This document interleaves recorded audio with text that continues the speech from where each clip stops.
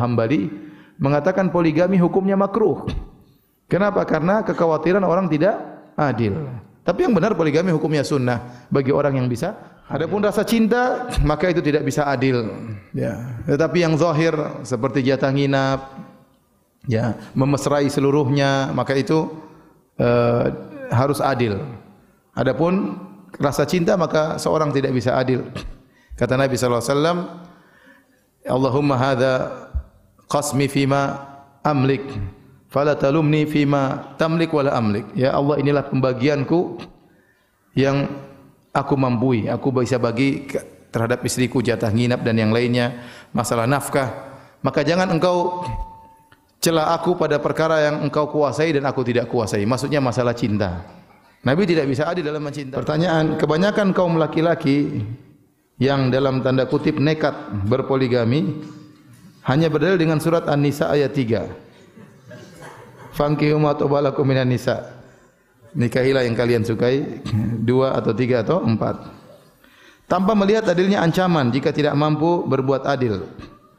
Ustaz mohon diingatkan kaum lelaki ancaman-ancaman Allah jika mereka tidak mampu berbuat adil. Ya, dan jelaskan adilnya itu seperti apa agar mereka mengikuti sunnah Rasulullah yang banyak mereka tinggalkan dulu sebelum berpoligami. Syukran jazakallah khairan. Bapak-bapak sudah tahu semua kok. Kalau tidak adil, ya, bahaya pada hari kiamat. Man kanat lahum ra'atani famala ila idahuma jaa yaumal qiyamati wa shikuhu ma'il.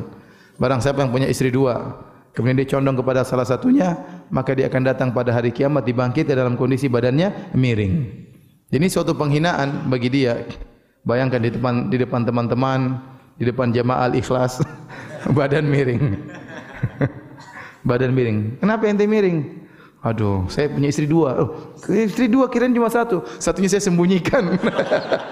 Kemudian badan miring. Nah, ini memalukan. Itu bentuk Allah memalukan dia pada hari kiamat kelak. Ya, bagaimana nasib orang yang badannya miring? Ya. Berjalan di padang mahsyar dalam kondisi badannya apa?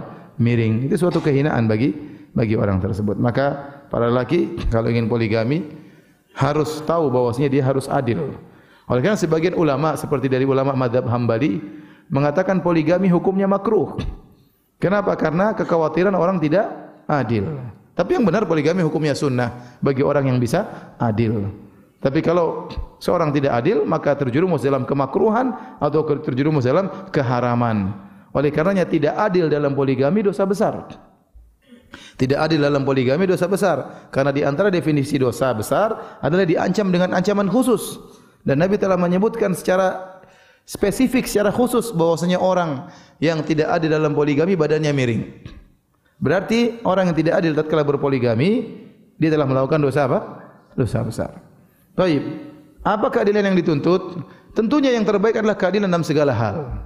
Ibnu Qudamah menyebutkan Nabi sallallahu alaihi wasallam adil dalam segala hal, ya, dalam segala hal terhadap istri-istrinya. Tetapi sebagian ulama mengatakan yang wajib untuk adil adalah perkara-perkara yang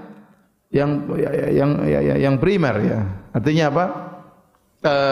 Yang penting dia menyediakan rumah bagi istrinya. Dia satunya butuh kendaraan, satunya butuh kendaraan, dua-duanya juga dipenuhi, ya.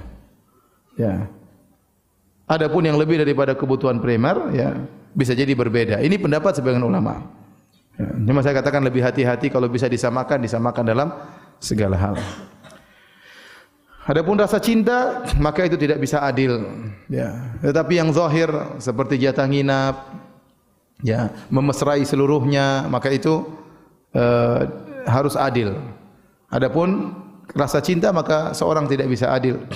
Kata Nabi sallallahu alaihi wasallam, Allahumma hadza qasmi fima amlik fala talumni fima tamlik wala amlik. Ya Allah, inilah pembagianku yang aku mampu, aku bisa bagi terhadap istriku jatah nginap dan yang lainnya, masalah nafkah.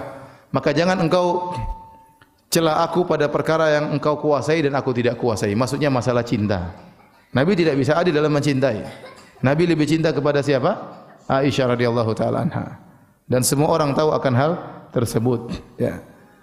Sahabat-sahabat juga tahu bagaimana Nabi sangat cinta kepada Aisyah daripada yang lainnya. Makanya kalau mereka ingin beri hadiah, mereka nunggu Nabi lagi di rumah Aisyah. Baru mereka kasih hadiah kepada Nabi sallallahu alaihi wasallam. Sampai istri-istri Nabi yang lain mengeluh kepada Nabi.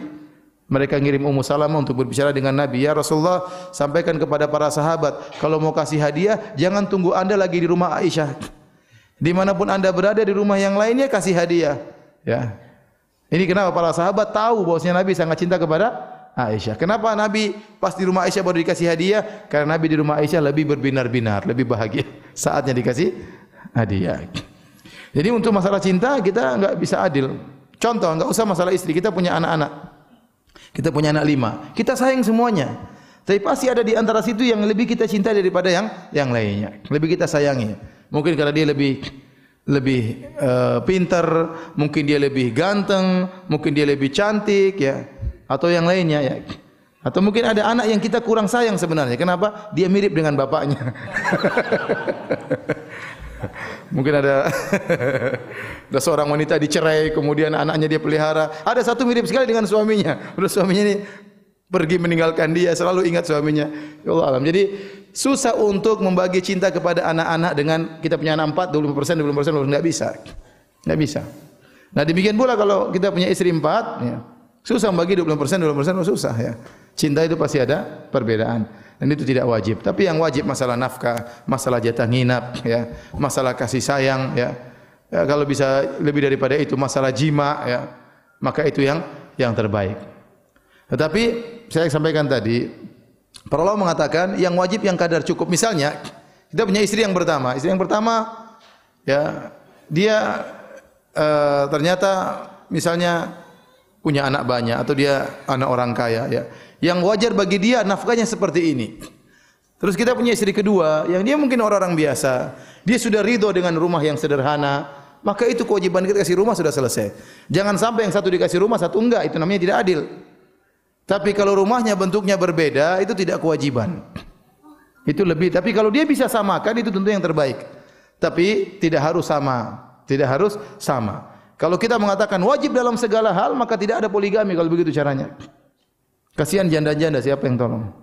Kasihan gadis-gadis yang sudah tua tidak ada yang berani menikahi. Ya.